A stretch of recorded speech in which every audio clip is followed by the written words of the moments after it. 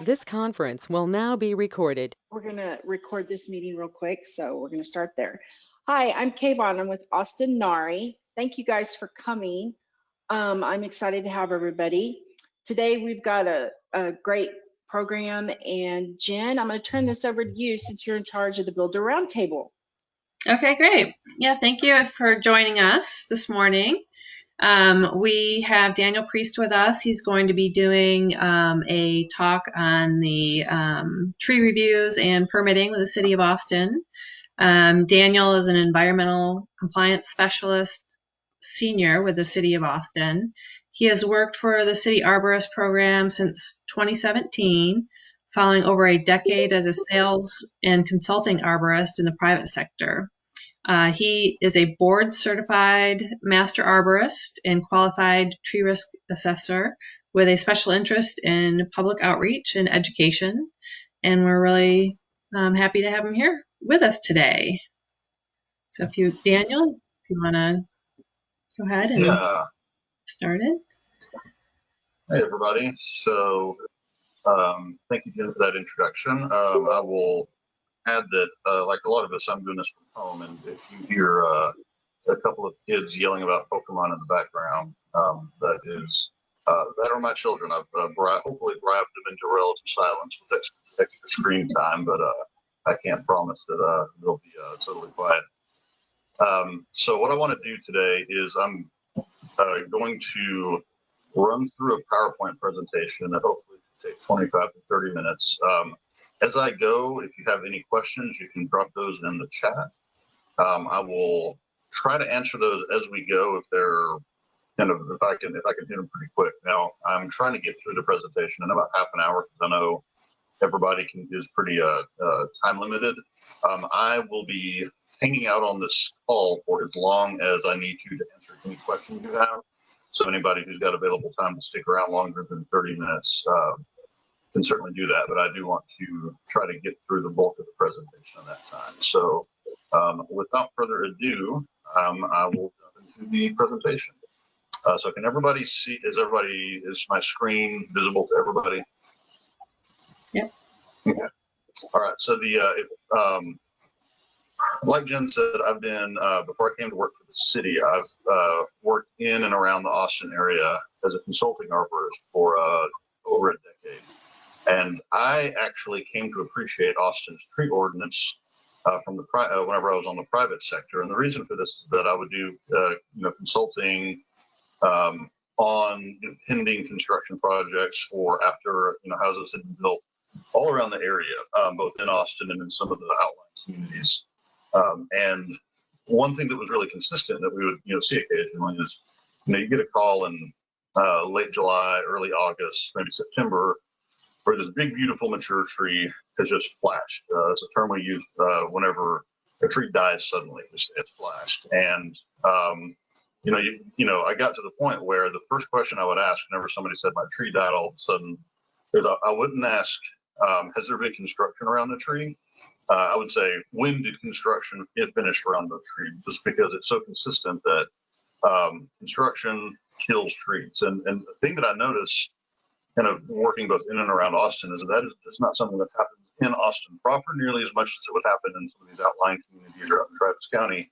And the big reason is that Austin has a tree protection ordinance that dictates how close you can get to trees and how you have to preserve the root zone. So it's an ordinance that whenever you go into kind of best industry practices, it's actually drawn on a lot of the actual recommendations that you would get if you were to go to your BMPs or your ANSI standards for construction. And it really does save trees. So I became a believer in Austin's tree ordinance, kind of working on the other side. And then whenever I had the opportunity to come over here to the city, then I took that opportunity. So what we're going to do is we're going to run through what the tree ordinance says and then why it says it. And so if we can take anything out of the presentation today, I want you to remember this. A tree permit is required to remove, prune more than 25% or impact the critical root zone of any protected tree in Austin.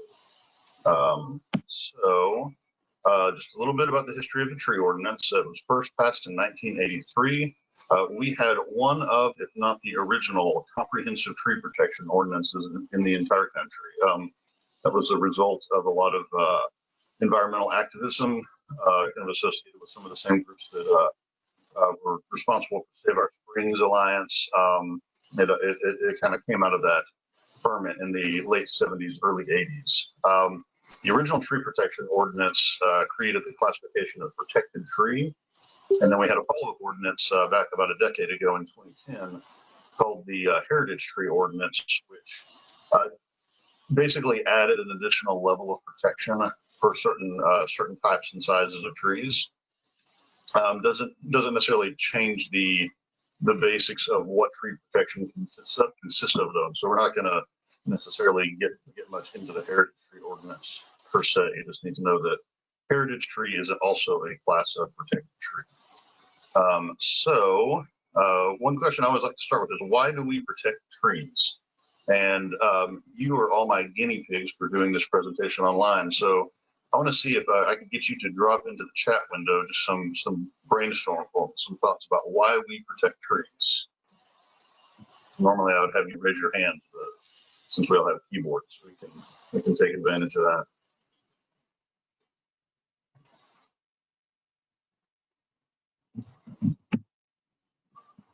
They're pretty, yeah. I mean, property value.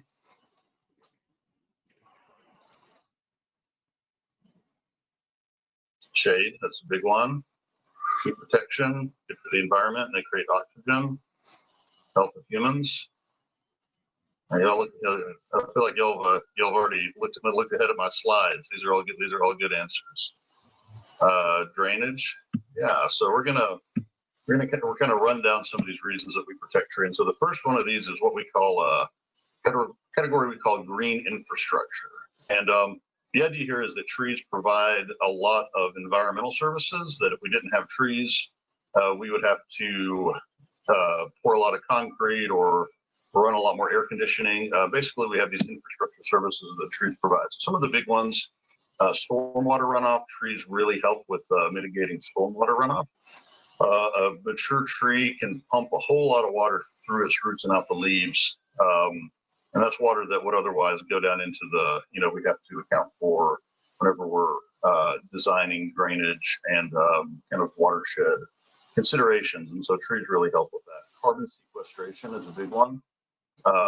Trees help with global, kind of help combat climate change in a couple of ways, but carbon sequestration is one of them. They can store a lot of carbon in just in the biomass of the tree. And then energy consumption is another big one. So you may have noticed this if you're out on a hot day and there's a big shade tree and it's right next to like a man-made shade structure. If you stick a thermometer underneath the shade structure and a thermometer under the tree, it's actually be cooler under the tree than it will be under the shade structure.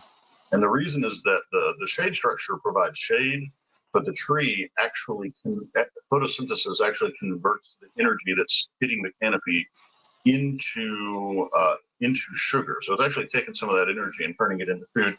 And it's also, it's actively transpiring water out of the roots into the air. And so it's actually lowering the temperature more than just shade. And so the trees are actually actively cooling the air. And so that can make a difference of several degrees.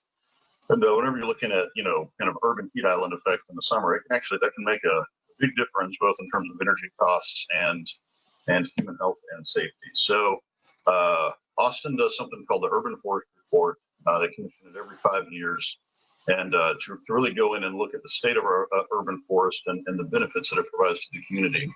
And so according to the 2014 Urban Forest Report, we don't have the 2019 one yet. Austin trees provide annual environmental services equivalent to 33 million, and then they have a compensatory value of 16 billion trees. So that means that if you were to go in and if somebody came in and cut down all of the trees in Austin, that they would have an appraised value of roughly $16 billion. So they are a major benefit to the community. And the thing about trees is that they are a benefit, even though they occur on individual properties, the benefits that attach to the trees really accrue to everybody. So the second thing is human health and safety. And this is, there's a couple of pieces of this. The trees actually mitigate pollution really effectively. They can scrub pollution out of the air. Different species do this more than others. But whenever you've got trees around, they definitely tend to reduce the amount of particulate matter in the air. We also regulate these because, you know, everybody knows trees can be dangerous. It is possible, you know, you can be injured or killed by a falling tree or large branches. And a lot of times whenever trees fail, it is because of things that were done to them in the past.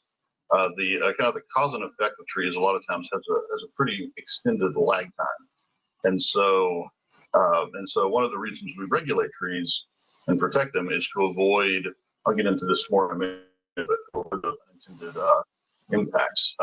Beyond that, there's a lot of actual benefit to human health from having trees around, and this is pretty remarkable.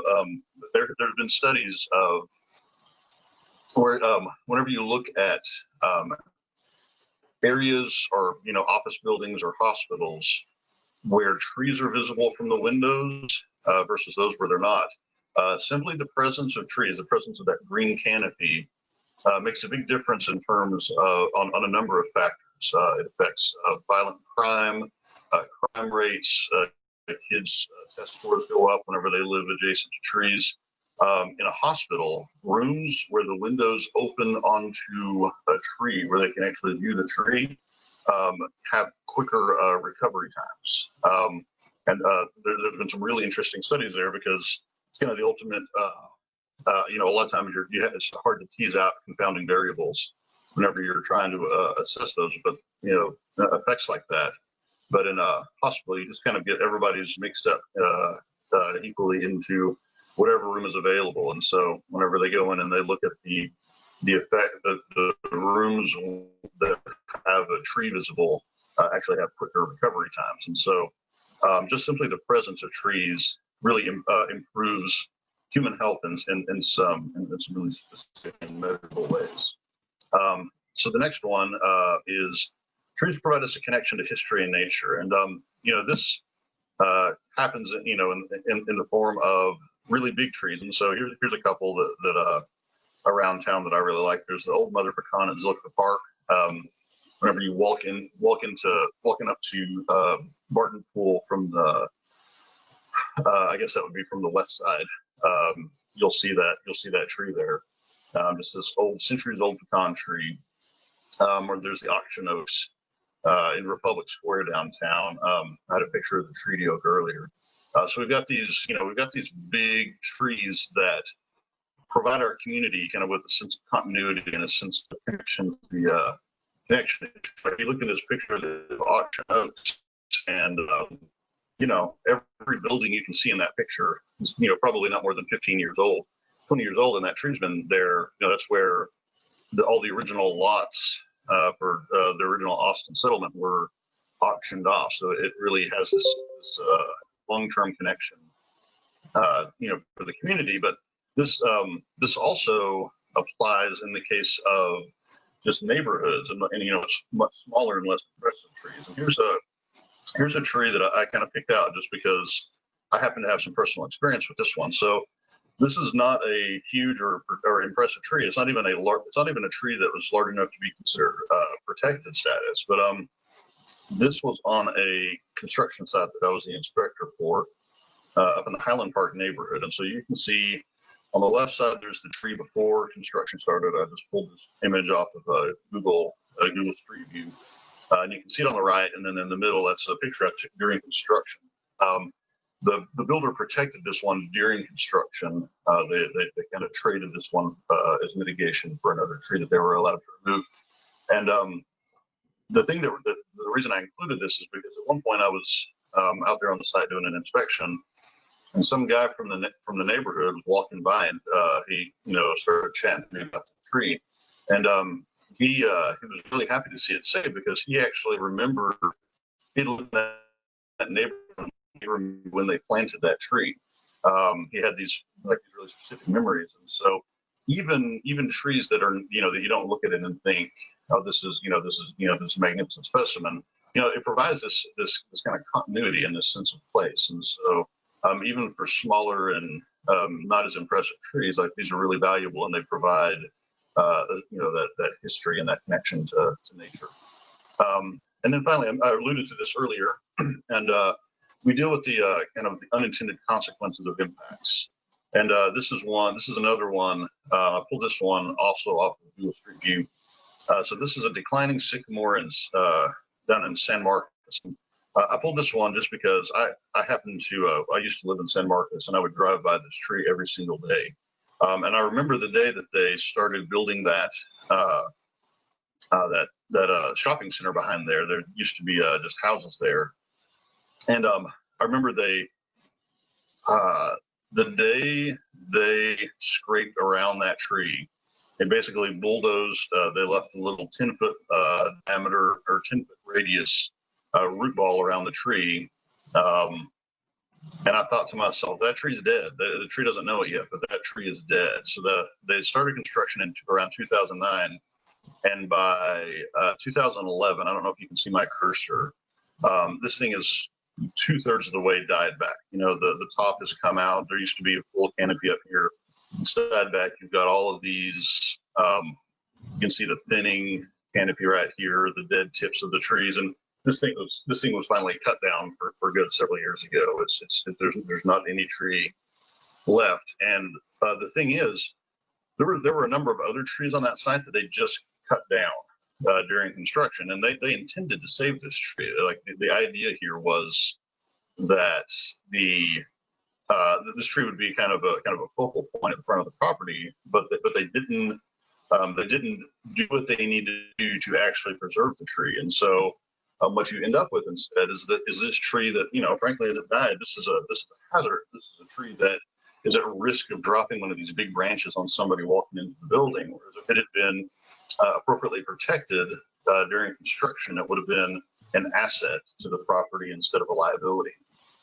I've had that conversation with many people who built their house specifically because they had this prized tree on their property that they wanted to really focus the house on. They wanted to see it all the time.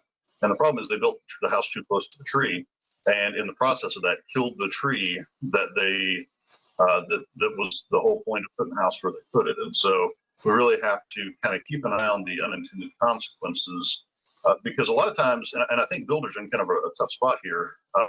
Whenever you go through the whole process, you finish the house, you hand the keys to the new owner, and you look up and the tree's in great shape, right? It's, the effects of construction don't become obvious for anywhere from 18, 24, 36 months, because a tree is a big, organism with a lot of stored energy, and it's going to keep trucking along on that stored energy for months or years. And the effects of construction on the tree are not necessarily going to be obvious until much further down the road. So kind of leads into the next series of questions for us. What trees are protected in Austin? So all trees 19 inches diameter and larger, if you measure them at 4.5 feet off ground level.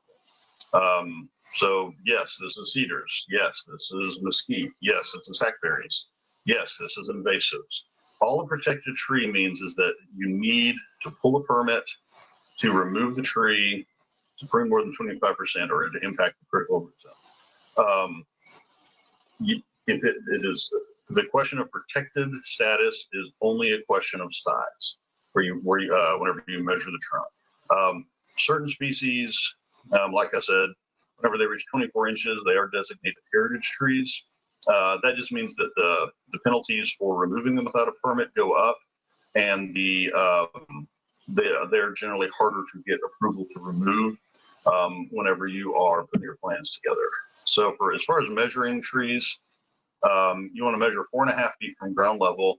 There is nothing magic about that. That's just kind of the industry standard for where foresters and arborists measure trees. And we want to be consistent across trees whenever we're doing our measurements. The trees have this characteristic called taper, where the bottom right at the ground where the trunk turns into the roots, it kind of swells as it goes horizontal. And if you measure there, it's real hard to get a consistent measurement, just because different species have really different characteristics.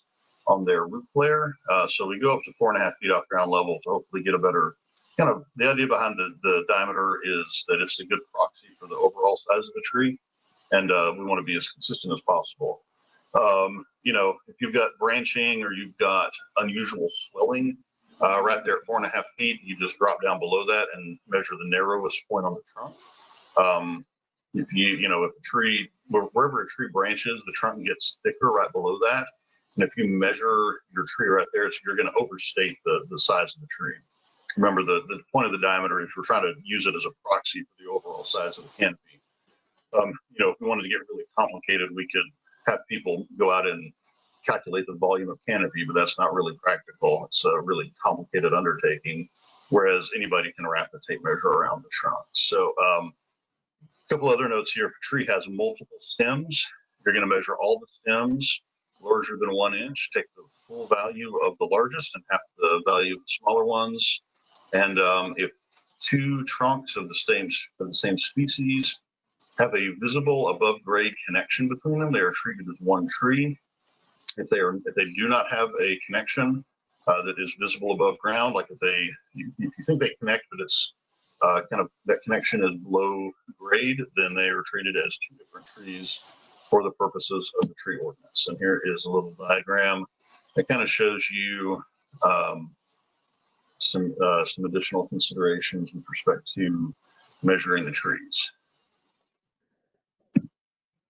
We're doing this in person right now. At this point, we would go outside and find a nice big tree and measure it, and I would show you how we measure it.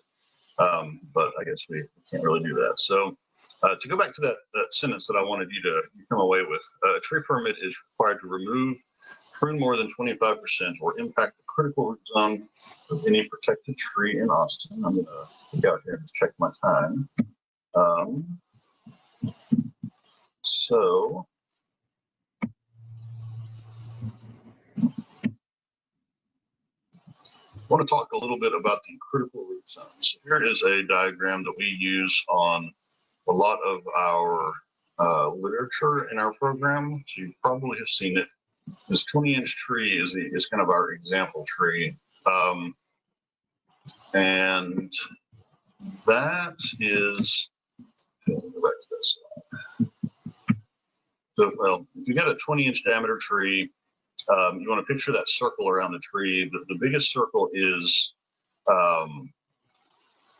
would be 20 feet, a circle around the tree with a radius of 20 feet. 32-inch tree would have a radius of 32 feet. And so the critical root zone, that is not how far out the roots go. That is the roots that are likely to cause damage or death of the tree if you remove them. Remember, the root system of the tree is going to extend 3 to 4 times the drip line of the tree. It can go out, like a mature tree can have roots 200 feet away. So, if you're on some infill lot over in East Austin, and there's a big pecan tree, I mean, if you're standing on the lot, you're standing on the roots. So there are going to be impacts regardless, but the critical root zone represents the point at which the impacts, the damage to the tree has the potential to cause the death of the tree. So since we're kind of pressed for time, I'm just going to skip through this without asking for examples. Some of the big things that constitute root zone impacts. And the root zone impacts are the thing that more than anything else will cause the death of a tree. Over pruning can be a concern, but what we're really dealing with, particularly in the context of construction, is root zone impacts. Some of those things are any kind of trenching. So running a trench for utilities or irrigation lines, compaction of any kind. So I want you to, a lot of times, whenever people think about the way that the roots relate to the rest of the tree, I think people have this kind of this old idea of the tree as kind of the root system as being a mirror of the top of the tree. So if you look at the top of the tree, if it goes up 40 feet, the roots are going to go down 40 feet, and it's going to spread out about the same size as the canopy. And that's I certainly saw that whenever I was in school, and that's not an accurate image of the way the root system works. If you want to picture the tree with the root system, picture a wine glass, and picture that wine glass sitting on top of a dinner plate. And so the cup of the wine glass is like the canopy of the tree. The stem of the glass is the trunk of the tree, and then that dinner plate is the root system. And so that root system, like I said, goes far, far out beyond the drip line of the tree. But the other thing about that plate is that relative to the height of the wine glass, it's really shallow. 90% of the feeder roots of the tree are actually going to be in the top 12 inches of soil. And so what that means for whenever you're talking about construction is that you don't have to go very far down to do some serious damage to the tree. So, I've had conversations, with contractors where I'm trying to figure out, how badly they damaged the tree. And they say, oh, well, we didn't dig too far. We only went down about 12 inches. Well, 12 inches is all it takes. If you trench right through the half critical root zone of a tree to a 12-inch depth, I mean, you've done pretty irrecoverable damage. That's really the important part. So whenever we look at something like vehicle compaction or compaction for kind of from heavy equipment or from repeated foot traffic, the thing to remember about that soil is that soil needs the tree needs multiple things out of the soil. So it needs there's the mineral content of the soil, but it's also there's what we call pore space, and that's basically like empty space between the soil particles. That's how air gets down there. That's how water gets down there. And without that pore space, the tree is essentially it can't breathe. So you and I have lungs that bring air, into the lungs, and it gets distributed throughout our body. Trees need air just like we do. It's part of the cellular respiration process.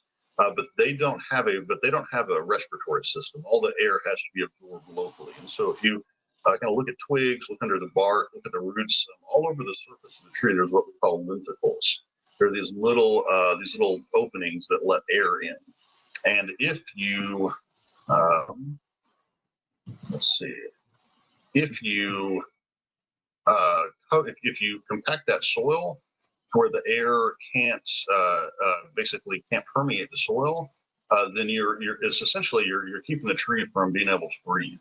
I have a question here. How much additional soil can you put on top of the critical root zone before it negatively affects the tree? That is a great question. So the answer is anything more than 4 inches is going to begin to affect the ability of the tree to absorb air, because the air is only going to percolate so far down through the soil.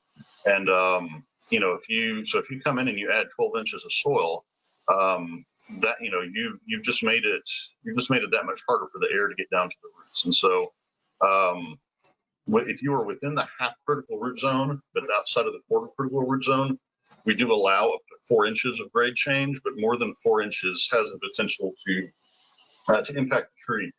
Now, if we're talking about adding soil, if you're only doing it on a part of the root zone and it's not enough to kind of shock the tree, the tree will eventually grow roots up into that new soil. It can adapt, but the problem is on like a lot of times, if you're talking on a construction site, you may have a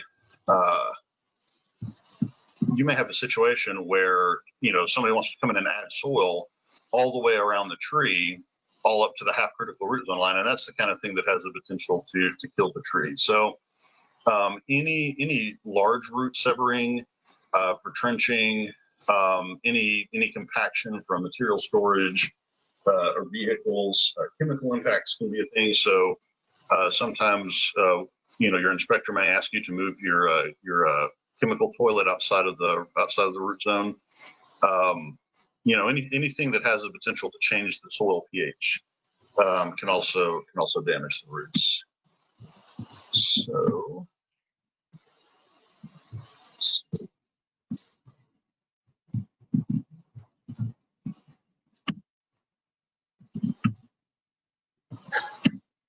there we go. So I want to spend a little bit of time here on different tree permit categories. Y'all probably have all dealt with the Austin Build Connect system. This is whenever we talk about tree permits, everything broadly gets talked about in one of two categories, and so development related and not development related. And then within non-development related, there's a few kind of subcategories. But for most of y'all, if you're pulling a tree permit in the context of pulling a building permit, that is all going to fall into this development related category. And so the thing you need to remember is whenever you do your application, there's going to be a question on there that says, is there a protected size tree on this or an adjacent property? And it is really important that you answer that question correctly. What happens there is if you say yes to that question, then you get your project gets pushed through tree review, and it'll be reviewed to make sure that you are consistent with all of the tree, all of our tree rules. If you answer no to that question, but you have a protected tree on the site, what will happen is you'll go through, you'll get your permit, and you will make it into construction.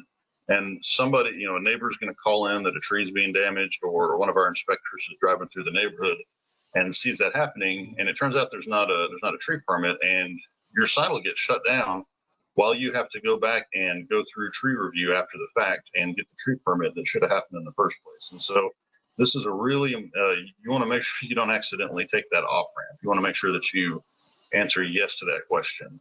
So any type of building application that has a question that says, is there a protected tree?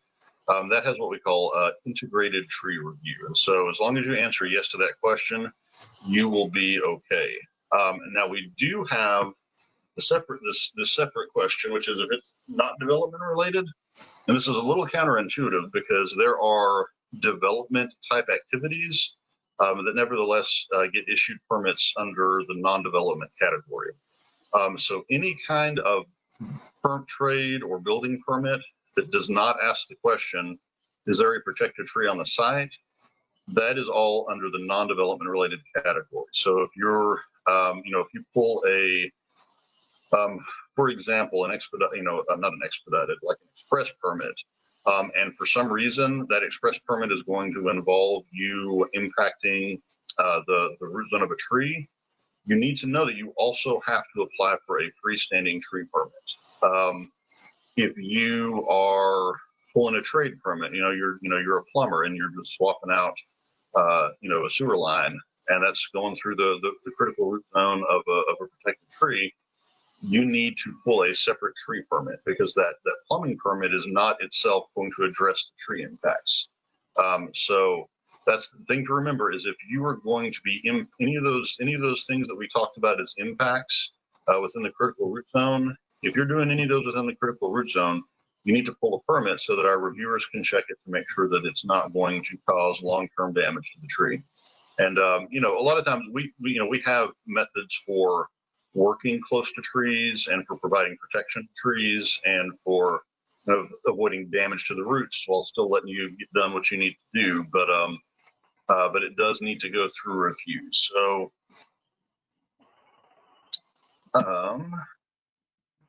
So I want to just kind of touch on some of those permit categories under that not development related, and then that is going to wrap up the presentation. Then I'm available for questions. Tree permits not construction related, but impacts a regulated tree. So this is kind of a catch-all application for any permitting situation that's not covered by other permit categories.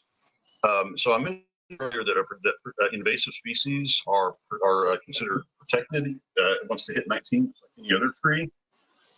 So there is in the environmental criteria manual online, if you email me, I can provide you a link. There is a list of invasive species, what the city considers invasive species. We do not assess mitigation planting. So normally if you get permission to remove a protected tree, we will require you to replant a certain number of inches of new planting, but for invasive species, there's no mitigation requirements. You do have to pull a permit just so we can verify that it is in fact an invasive species, but that permit will not have any mitigation attached to it.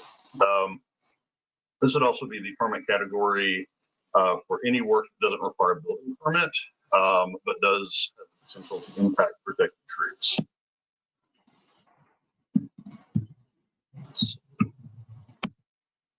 And So dead, disease, or imminent hazard. So if you're a homeowner, this is the one you're most likely to deal with. So we do allow the removal of trees that are dead, diseased, or imminent hazard without mitigation. We also waive permit fees for these. They're just, the permitting is paid for out of the general fund. Qualifies as an imminent hazard, a tree must pose a risk to people or property within the next year. We do accept risk assessments from certified arborists or other professionals, use it for evaluating, but the category, but to be designated a dead, disease, or imminent hazard has to be only the city arborist actually makes that determination. And so this is, there's a branch that has a visible defect that is going to fall on, that targets a house or pedestrians or something. This isn't the kind of thing where, well, this tree looks like it's in decline and it's probably going to die in the next 5 to 10 years. That's not a dead, diseased, or imminent hazard. This is really for trees that are kind of on the verge of dying, or that actually pose a risk to the public. We do have a few other categories. So there's a category in there for pre-planned submittal development consultation.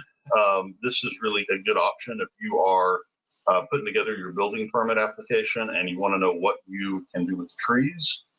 You can pay $300 and meet one of our reviewers on site, and then they'll kind of get you squared away on what you'll be allowed to do and what you need to plan for. If you are building under a site plan exemption and you are impacting trees, you will pull a freestanding tree permit for that. Normally there are no tree permits, do not get issued for site plans. They're just, the tree review occurs within the context of site plan review, but there's not a separate tree permit issue. All the tree requirements are just part of the site plan. But if you are granted, if you can develop under a site plan exemption, then you would need to pull a separate tree permit for that. And then we do have a category for emergency utility repair and replacement. We kind of flag those separately because we don't charge a fee, and also a lot of times those are pretty time sensitive. So we usually get pretty quick turnaround on those. So that is the end of the presentation. And like I said, I am available to hang out and answer questions for as long as folks would like. You can either type in the chat window, and I'm also fine if you want to, Jen, if you also want to set this up where people can jump on camera and ask questions face to face, I can do that either way. But thank you for logging in, and I hope this was useful. And definitely, as you have situations or questions that pop up in the field, save that email address and feel free to reach out to me with any questions. And if I can't answer it, I can get it over to the people who can. Thank you, Daniel. Yes, I will send out this presentation for you guys who are on the call today. And I also have it recorded, so I can also send you that.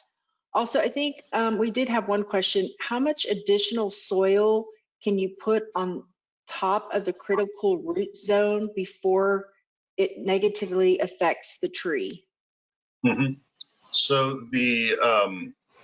so generally speaking, if you picture that circle, that critical root zone circle around the tree, you can impact up to 50% of the square footage of that area, and still meet what we call preservation. Now, what constitutes an impact would be more than 4 inches of soil. So, if you're just talking about, I want to put down a little bit of soil, like a couple of inches, just, because I'm putting down some turf and I need something a little bit better to get the turf going. Like that's not gonna really impact the tree. But if you're talking about adding, I want to come in and I want to put in 12 inches of soil right up to the half critical root on all sides, that's going to exceed preservation guidelines, because that 12 inches has enough potential to actually kill the tree in the short term. I think the thing to remember is that it's a question of how much of the overall critical root zone are you impacting at the same time. The tree can roll with impacts to small parts of the critical root zone, without much trouble. Like, trees are pretty adaptable. But what trees are not adapted for is sudden changes to the entire critical root zone all at the same time. So again, it's just going to really come down to, so the question of depth is important, but also the question of what's the overall percentage of the critical root zone that you're affecting. And kind of there's two lines that you don't cross. One of those is you don't want to impact more than 50% of the total square footage. And the other one is that you don't want to cross the half critical root zone line. And if you keep those two, things in front of your head, you'll be fine. I see we've had a couple more questions pop up here. Diamond piers. So somebody has a question. Are you familiar with diamond piers? If so, are they approved by the city of Austin? I am familiar with diamond piers. That would be something that you would want to kind of bring up with your reviewer. I want to say that Jim Goebel has approved those on a couple of sites, but I can't say for sure. I know that he's, I've had some conversations with him about diamond piers. I'm personally really intrigued by them. From a tree preservation standpoint, they seem like they would work really great and that would be a good option. I just don't know. I don't know enough about them from a structural standpoint to know kind of what circumstances they would be appropriate to use. But that's, that's I'm a tree guy. I'm not a builder. So yeah, does that answer your question?